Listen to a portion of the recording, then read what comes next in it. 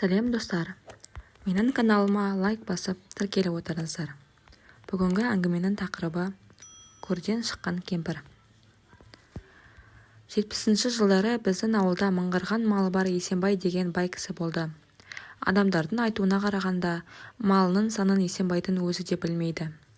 Сол манда отар қой, табын сиыр, үйір жылқы көрінсе, бұл Есенбайдың малы дейтін.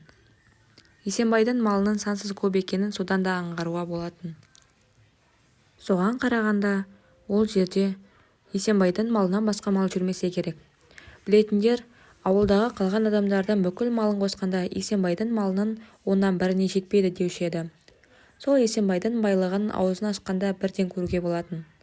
Есенбай аузын ашқанда 32 алтын тіс жарқырап көрінетін. Сол кездері алтын тіс мода болған.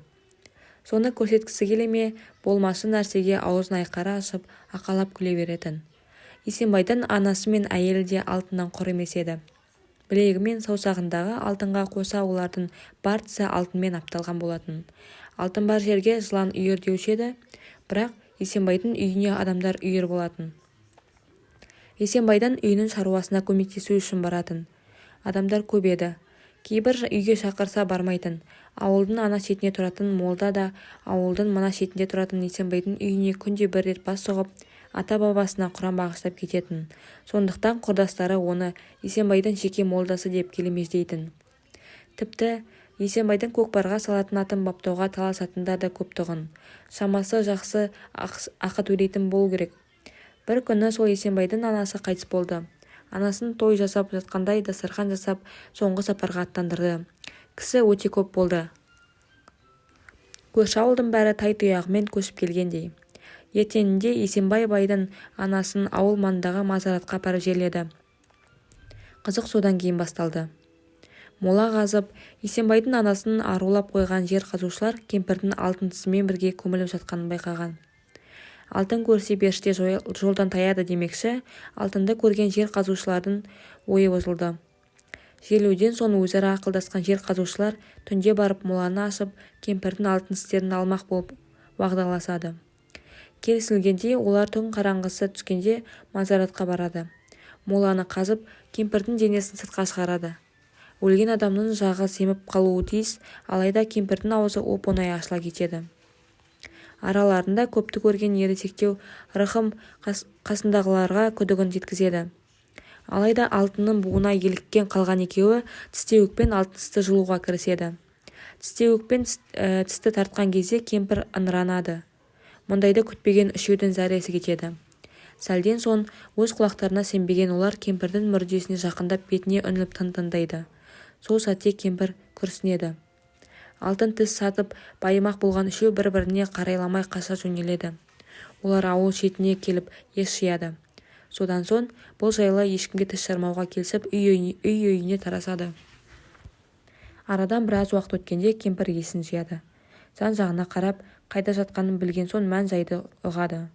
Бірден үйге барсам, балаларым қорқып қалар деп ойлап, ақыреттік ақ матаны үстіне орап, ауыл шетінде тұратын моланың үйіне барады. Үйдің қасына келіп, қорған сыртынан молданың атын атап шақырады. Қорған сыртына шыққанда, кеше ғана өзі жаназасын шығарған Есенбайдың анасын көріп, молда есінен айырыла жаздайды. Кет, кет деп судыратып, Құран аяттарын оқи бастайды. Бірақ кетейін деп тұрған кемпір жоқ. Қайда? Мен пері де, періште де, аруақ та емеспін. Өзің күнде көріп жүрген Есенбайдың анасы Қалима апанмын. Есіңді жи дейді. Көріп тұрғаны аруақ емес екеніне көзі жеткен молда біраздан соң өзіне келеді. Кемпір есін жиғанда молда басында жатқанын, бірақ моладан қалай шыққанын білмейтінін айтады.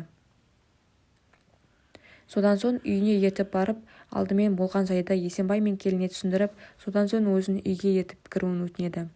Түн ортасында үйіне келген молданы Есенбай ұнатпай, есік алдынан суық қарсы алады. Молда тығыз шаруа бар еді, үйге кіріп әңгімелессек дейді.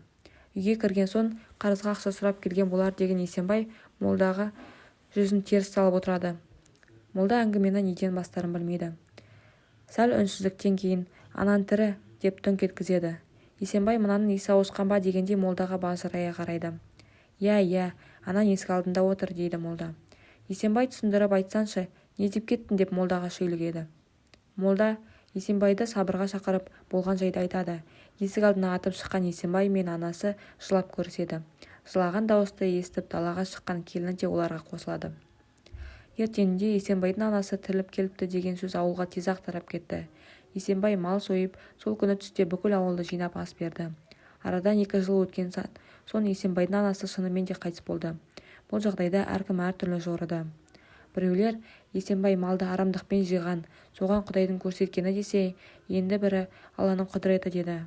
Бүгінде ойласам, Есенбайдың анасы летаргиялық ұйқыда немесе клиникалық өлім күйінде болған-ау шамасы. Менің каналыма лайк басып тіркеліп отырыңыздар.